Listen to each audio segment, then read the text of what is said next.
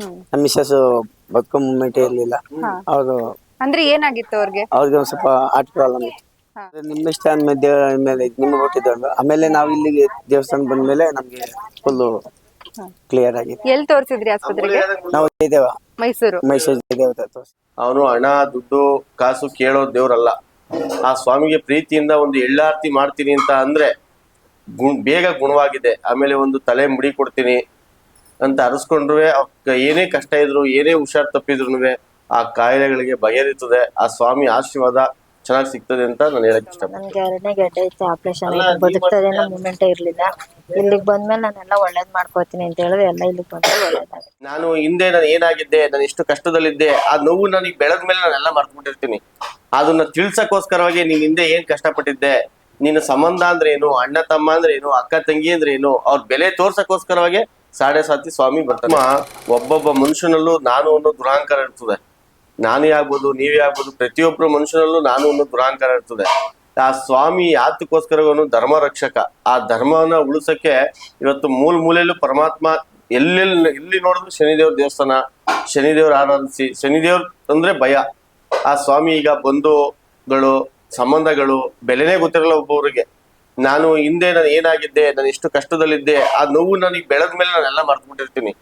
ಅದನ್ನ ತಿಳ್ಸಕ್ಕೋಸ್ಕರವಾಗಿ ನೀನ್ ಹಿಂದೆ ಏನ್ ಕಷ್ಟಪಟ್ಟಿದ್ದೆ, ನಿನ್ನ ಸಂಬಂಧ ಅಂದ್ರೆ ಏನು, ಅಣ್ಣ ತಮ್ಮ ಅಂದ್ರೆ ಏನು, ಅಕ್ಕ ತಂಗಿ ಅಂದ್ರೆ ಏನು, ಅವ್ರ ಬೆಲೆ ತೋರ್ಸಕ್ಕೋಸ್ಕರವಾಗಿ ಸಾಡೆ ಸಾತಿ ಸ್ವಾಮಿ ಬರ್ತಾನೆ. ಆ ಸ್ವಾಮಿ ಸಾಡೆ ಸಾತಿಗೆ ಬಂದಾಗ ಆಂಜನೇಯನ ದೇವಸ್ಥಾನಕ್ಕೆ ಹೋಗಿ ಎಳಬತ್ತಿ ಹಚ್ಚಿ, ಪ್ರತಿ ಮಂಗಳವಾರ ಆಂಜನೇಯನ ದೇವಸ್ಥಾನಕ್ಕೆ ಹೋಗಿ ಎಳಬತ್ತಿ ಹಚ್ಚಿ ಸ್ವಾಮಿ ದರ್ಶನ ಮಾಡೋದ್ರಿಂದ ತುಂಬಾ ಒಳ್ಳೇದಾಗ್ತದೆ. ಅವ್ರ ಕಷ್ಟ ಬಗೆಹರಿತದೆ. ಈ ನವಗ್ರಹಗಳಲ್ಲಿ ರಾಹು ದಶೆ, ಈ ಕೇತು ದಶೆ, ಶುಕ್ಲ ದಶೆ, ಯಾವುದೋ ಒಂದು ಬುಧ ದಶೆ, ಯಾವ್ದಾರಾಗ್ಬೋದು, ಆ ನವಗ್ರಹಗಳಲ್ಲಿ ನಮ್ಮ ರಾಶಿನಲ್ಲಿ ಆ ದಶೆಗಳಿದ್ದಂತ ಕಾಲದಲ್ಲಿ ಸ್ವಾಮಿನ ಬೇಡಬೇಕು. ಪರಮಾತ್ಮನ ತಕ್ಕ ಬಂದ್ರೆ ಎಲ್ಲಾ ನವಗ್ರಹಕ್ಕೆ ಅಧಿಪತಿ ಸ್ವಾಮಿ. ಯಾವುದೇ ನವಗ್ರಹ ನಮ್ಗೆ ಕೆಟ್ಟದ್ ಮಾಡ್ತಾ ಇದ್ರು ಈ ಸ್ವಾಮಿ ಮೊರೆ ಹೋದ್ರೆ ಆ ಯಾವ ನವಗ್ರಹ ನಮ್ಗೆ ಅಷ್ಟು ಕಾಟ ಕೊಡಲ್ಲ. ಸ್ವಾಮಿನೇ ಕೆಟ್ಟದ್ ಮಾಡ್ತಾವನೆ ಅಂದ್ರೆ ನಾವು ಆಂಜನೇಯ ಹತ್ರಕ್ಕೆ ಹೋಗ್ಬೇಕು. ಏನನ್ನ ಅರ್ಪಿಸ್ಬೇಕು ಅಂತ? ಆಂಜನೇಯನಿಗೆ ಎಳ್ಳೆಣ್ಣೆ, ಸ್ವಾಮಿಗೆ ತುಳಸಿ ಅರ್ಪಿಸಿದ್ರೆ ತುಂಬಾ ಒಳ್ಳೆ. ಇಲ್ಲಿ ಹೂ ಪ್ರಸಾದದ ಬಗ್ಗೆ ವಿವರಿಸೋದಾದ್ರೆ ನೋಡಿ, ಸ್ವಾಮಿ ಎಲ್ರಿಗೂ ಕೊಡಲ್ಲ, 10 ಜನದಲ್ಲಿ ಒಬ್ರಿಗೂ ಕೊಡ್ತಾನೆ. ಅದು ನಿಜ. ಇವತ್ತಿನವರೆಗೂ ಎಲ್ಲರಿಗೂ ಪಾಸ್ ಆಗಿದೆ. 10 ಜನದಲ್ಲಿ ಒಬ್ರಿಗೂ ಕೊಡ್ತಾನೆ, ಎಲ್ರಿಗೂ ಕೊಡಲ್ಲ. ಅದು ಯೋಚನೆ ಮಾಡಿ ಸಂಜೆ ಟೈಮ್ ಬರ್ಬೇಕು. ಧೂಳ್ ಮುಸ್ಸಂಜೆಲಿ ಬಂದು ಅವ್ನ ಸ್ವಾಮಿಗೆ ಹೂವು ಕೇಳಿದ್ರೆ ಖಂಡಿತವಾಗ್ಲೂ ಹೂವು ಆಗ್ತದೆ. ಆ ಹೂವು ಕೊಟ್ಟಿದ್ದ ಪ್ರಸಾದ ಮಾತ್ರ ಯಾವತ್ತೂ ಯಾವ ಮಾತು ಸುಳ್ಳಾಗಿಲ್ಲ, ಕೊಡ್ತಾನೆ. ಎಕ್ಕದಾರದು ಗಣಪತಿಗೆ ಪ್ರಿಯ. ಎಲ್ಲಾ ಪೂಜೆಗೂ ಗಣಪತಿನೇ ಮುಖ್ಯ ಅಧಿಪತಿ. ಫಸ್ಟ್ನೇ ಪೂಜೆನೆ ಸ್ವಾಮಿಗೆ, ಗಣಪತಿಗೆ. ಅದಕ್ಕೋಸ್ಕರ ಎಕ್ಕದ್ದು ಹೂವು ಗಂಡ ದೇವ್ರಗಳಿಗೆ ಯಾವ ದೇವ್ರಿಗೆ ಹಾಕಿದ್ರು ಇಷ್ಟ. ಅಭಿಷೇಕ ಮಾಡಿಸ್ಬೋದಾ ಇಲ್ಲಿ ಕ್ಷೇತ್ರದಲ್ಲಿ? ಅಭಿಷೇಕ ನೋಡಿ, ಅವ್ರ ಭಕ್ತಾದಿಗಳು ಒಳ್ಳೇದಾಗ್ದವ್ರು ಸುಮಾರು ಜನ ಅಭಿಷೇಕ ಮಾಡಿಸ್ತಾರೆ. ವಾರವಾರನು ಮಾಡಿಸ್ತಾರೆ. ಇವತ್ತು ಮಾಡಿಸಿದ್ದಾರೆ. ಯಾವಾಗ್ಲೂ ವಾರವಾರನು ಅಭಿಷೇಕ ನಡೀತಾ ಇರ್ತದೆ. ಅಮಾವಾಸ್ಯೆ ಹುಣ್ಣಿಮೆಲಿ ಚೆನ್ನಾಗಿ ನಡೀತದೆ ಅಭಿಷೇಕ. ಹಾಗೇನೆ ಇಲ್ಲಿ ಹೊರ್ಗಡೆ ನಾವು ನೋಡಿದ್ವಿ, ಎಲ್ಲರೂ ಕೂಡ ಎಳ್ಬತ್ತಿನ ತಂದು ಹಾಕ್ತಾ ಇದ್ರು. ಅವ್ರು ಮನೇಲೆ ತರ್ಬೇಕಾ ಅಥವಾ ಇಲ್ಲೇ ಕೊಡ್ತೀರಾ ಹೇಗೆ ಅಂತ? ಅದು ಅಂಗಡಿನಲ್ಲಿ ಸಿಗುತ್ತೆ. ಅಂಗಡಿನಲ್ಲಿ ತರಬೇಡಿ ಅಂತ ಹೇಳಕ್ ಇಷ್ಟಪಡ್ತೀನಿ. ಮನೆಯಲ್ಲೇ ಭಕ್ತಿಯಿಂದ ಕಟ್ಟಿ ಆ ಸ್ವಾಮಿಗೆ ತಂದು ಅರ್ಪಿಸಿ ಅಂತ ಹೇಳ್ತೀನಿ. ಏನ್ ಸಮಸ್ಯೆಗಾಗಿ ಅರ್ಪಿಸಬಹುದು? ಯಾವಂತ ಕಷ್ಟ ಇದ್ರು ಎಳಬತ್ತಿನೇ ಪರಿಹಾರ ಸ್ವಾಮಿ ಜಾಗದಲ್ಲಿ. ಶನಿವಾರ ಮಾತ್ರ ಹಾಕ್ಬೇಕಾದ್ರೆ? ಶನಿವಾರ. ಕವಡೆ ಶಾಸ್ತ್ರದ ಬಗ್ಗೆ ಹೇಳೋದಾದ್ರೆ? ಕವಡೆ ಶಾಸ್ತ್ರದ ಹೇಳೋದ್ ಬಗ್ಗೆ ಆಗಿದ್ರೆ, ನಾನು 9 ವರ್ಷ ಆಯ್ತು ಕವಡೆ ಶಾಸ್ತ್ರ ಹೇಳೋದ್ ಕಲ್ತಿ. 9 ವರ್ಷದಿಂದ ಇವತ್ತಿನವರೆಗೂ ನನಗೆ ಯಾರು ನೀವು ಸುಳ್ಳು ಹೇಳ್ತಾ ಇದೀರಿ ಅಂತ ಯಾರು ಹೇಳಿಲ್ಲ. ನಾನು ಆ ಸ್ವಾಮಿ ನಂಬಿ ಏನ್ ಕೆಲಸ ಮಾಡ್ತೀನೋ ಅದೆಲ್ಲ ಒಳ್ಳೇದಾಗಿದೆ. ನಾನು ಬರೋ ಭಕ್ತಾದಿಗಳಿಗೂ ಹೇಳಕ್ ಇಷ್ಟಪಡ್ತೀನಿ, ಆ ಸ್ವಾಮಿನ ನಂಬಿ ಬನ್ನಿ. ಆ ಸ್ವಾಮಿನ ನಮ್ದೆಲೆ ಅಂತೂ ಬರ್ಬೇಡಿ. ಆ ಸ್ವಾಮಿ ಇಲ್ಲಿ ಬರೀ ಮನೆಯನ್ನೆಲ್ಲ ಇಟ್ಕೊಂಡಿದ್ದಾರೆ ಅಂತ ಜರಿಬೇಡಿ, ದೂರ್ಬೇಡಿ. ಆ ಸ್ವಾಮಿ ಮೂರ್ತಿ ಚಿಕ್ಕದು, ಕೀರ್ತಿ ಅಪಾರವಾದದ್ದು. ಅವನು ಒಂದಲ್ಲ ಒಂದ್ ದಿವಸ ಒಂದು ಸ್ಥಾನ ಮಾನ ಅವ್ನು ಮಾಡಿಸ್ಕೊಂತಾರೆ. ಅವ್ರು ಮಾಡಿಸ್ಕೊಳ್ಳೋವರೆಗೂ ನಮ್ಗೆ ಇಷ್ಟೆಲ್ಲ ನಾವು ಸೇವೆ ಮಾಡ್ಲೇಬೇಕು. ಎಲ್ರಿಗೂ ಆ ಸ್ವಾಮಿ ಒಲಿಬೇಕಾದ್ರೆ ತುಂಬಾ ಕಷ್ಟ ಕೊಡ್ತಾರೆ. ಗುಡ್ಸ್ಲಲ್ಲಿ ಬರ್ತಾರೆ, ಆಮೇಲೆ ಅರಮನೆ ಕಟ್ಟಿಸ್ಕೊಂತಾರೆ. ಅದೇ ರೀತಿ ನನ್ನ ಜೀವನದಲ್ಲೂ ನಡೆಯುವುದೇನೋ ಅಂತ ಆ ಸ್ವಾಮಿ ಮಾಡ್ತಾ ಇದ್ದೀನಿ. ನಮಸ್ತೆ, ಎಲ್ಲಿಂದ ಬಂದಿದ್ದೀರಾ? ನಾವು ಇಲ್ಲಿ ನೇರ್ಲಿಕೆರೆ ಅಂತ ಅನ್ಬೋದು. ನಾವು ಬೆಂಗಳೂರಲ್ಲಿ ಇದ್ದೀವಿ. ನಾವಲ್ಲಿ ಸುಮಾರು 4 ವರ್ಷದಿಂದ ಬರ್ತಾ ಇದೀವಿ. 4 ವರ್ಷದಿಂದ ಬರ್ತಾ ಇದ್ದೀವಿ. ಏನ್ ಸಮಸ್ಯೆಗಾಗಿ ಇಲ್ಲಿ ಬಂದ್ರಿ ಸರ್ ನೀವು? ನಮ್ಗೆ ಆರೋಗ್ಯ ಸಮಸ್ಯೆ, ಮನೆ ಪ್ರಾಬ್ಲಮ್, ಇನ್ನೊಂದು ಎನಿವನ್ ಅದ್ರ ಪ್ರಾಬ್ಲಮ್ಗಳು ಬರ್ತಾ ಇತ್ತು. ಮನೆ ಸಮಸ್ಯೆ ಜಾಸ್ತಿ ಇತ್ತು. ಸ್ವಲ್ಪ ಇಲ್ಲಿ ಬಂದ್ಮೇಲೆ ನಮ್ಗೆ ಪರವಾಗಿಲ್ಲ. ಏನ್ ಒಳ್ಳೇದಾಗಿದೆ ಇಲ್ಲಿ ಬಂದ್ಮೇಲೆ? ಇಲ್ಲಿ ಬಂದ್ಮೇಲೆ ನಮ್ಗೆ ಆರೋಗ್ಯ ಸ್ಥಿತಿ ಕಮ್ಮಿ ಆಗಿದೆ, ಮನೆ ಪ್ರಾಬ್ಲಮ್ ಸ್ವಲ್ಪ ಕಮ್ಮಿ ಆಗೈತೆ. ಹೇಳ್ಕೋಬೇಕು ಅಂದ್ರೆ ಇಲ್ಲಿ ಬಂದ್ಮೇಲೆ ನಮ್ಗೆ ಏನಾಗಿತ್ತು ಸರ್ ಆರೋಗ್ಯದಲ್ಲಿ ವ್ಯತ್ಯಾಸ? ಆರೋಗ್ಯ ಅಂದ್ರೆ ನಮ್ಮ ಮಿಸ್ಸಸ್ಗೂ ಒಂದ್ ಸ್ವಲ್ಪ ಆರೋಗ್ಯ ಸರಿ ಇರ್ಲಿಲ್ಲ, ನಮಗೂ ಒಂದ್ ಸ್ವಲ್ಪ ಆರೋಗ್ಯ ಒಂದ್ ಸ್ವಲ್ಪ ಇರಬೇಕಾಗಿ. ನಮ್ಮ ಮಿಸ್ಸಸ್ ಬದುಕೋ ಮೂಮೆಂಟ್ ಇರ್ಲಿಲ್ಲ.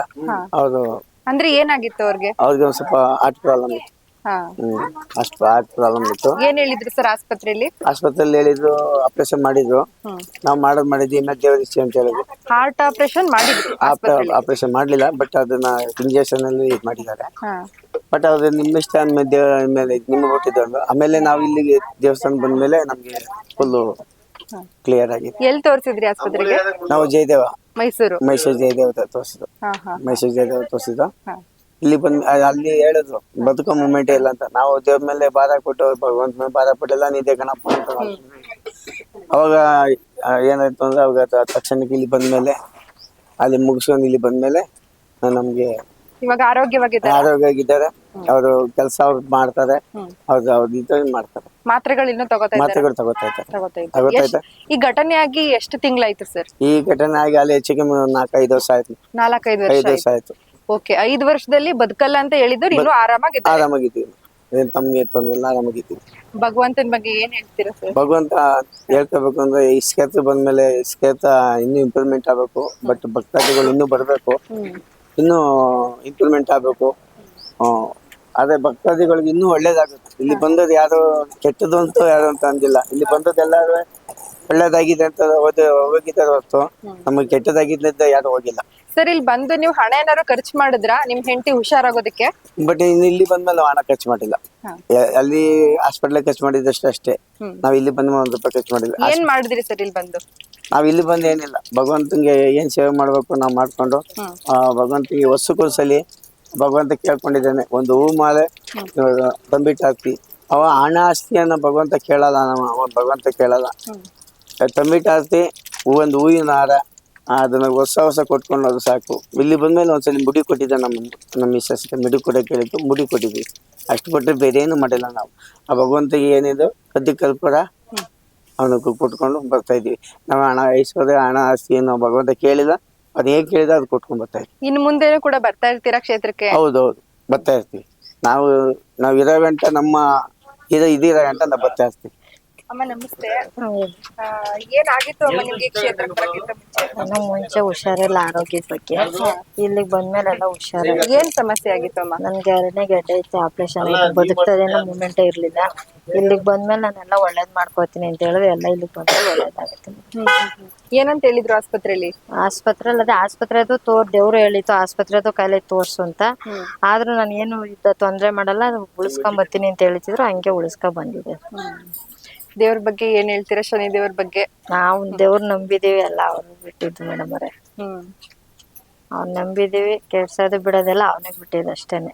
ಅವ್ನ್ ಬಿಟ್ಟು ಎಲ್ಲೂ ಹೋಗಿಲ್ಲ. ಅವ್ನ್ ನಂಬಿದೀವಿ, ಅವನು ಬಿಟ್ಟಿದ್ದೆಲ್ಲ ಅಷ್ಟೇನೆ. ಎಷ್ಟು ವರ್ಷದಿಂದ ಬರ್ತಿದ್ದೀರಾ ಇಲ್ಲಿ? ನಾವು ಅಲ್ಲೇ ಒಂದ್ 7-8 ವರ್ಷದಿಂದ ಬರ್ತಾ ಇದ್ದೀವಿ. 7-8 ವರ್ಷ ಆಗೈತೆ ಮೇಡಮ್ ಬರ್ತಾ ಇದ್ದೀರಾ. ಆಸ್ಪತ್ರೆಯಲ್ಲಿ ಆತರ ಹೇಳ್ದಾಗ ಎಷ್ಟು ಭಯ ಆಗಿತ್ತು ಅಮ್ಮ ನಿಮ್ಗೆ? ಅಯ್ಯೋ, ಅವಾಗ ನಮ್ಗೆ ಜ್ಞಾನನೇ ಇರ್ಲ ಮೇಡಮ್ ಅವ್ರೆ. ನಮ್ಗೆ ಬದುಕ್ತಾನೆ ಮೂವ್ಮೆಂಟೇ ಇರ್ಲಿಲ್ಲ. ನಮ್ಗೆ ಜ್ಞಾನನೇ ಇಲ್ಲ.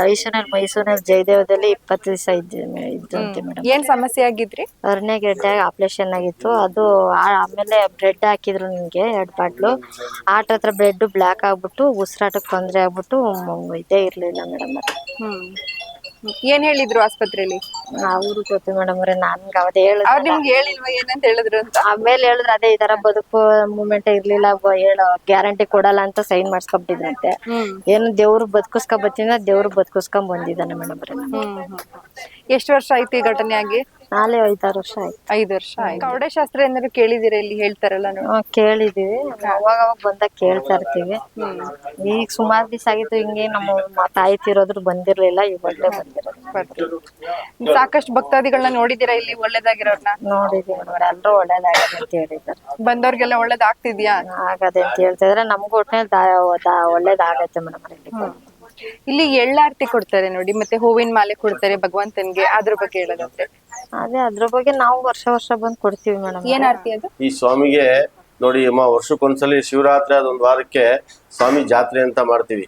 ಸ್ವಾಮಿ ಜಾತ್ರೆನಲ್ಲಿ ಈ ಹುಷಾರಿಲ್ದಿರೋರು, ಅವ್ರ ಮನೆಗೆ ಏನ್ ಕಷ್ಟ ಇರ್ತದೋ ಅವರು ಸ್ವಾಮಿಗೆ ಒಂದು ಎಳ್ಳಾರತಿ ಆರತಿ ಮಾಡ್ತೀನಿ ಎಂದವ್ರಿಗೆ ತುಂಬಾ ಜನಕ್ಕೆ ಒಳ್ಳೇದಾಗಿದೆ ಇಲ್ಲಿ. ಅವನು ಹಣ ದುಡ್ಡು ಕಾಸು ಕೇಳೋ ದೇವ್ರಲ್ಲ.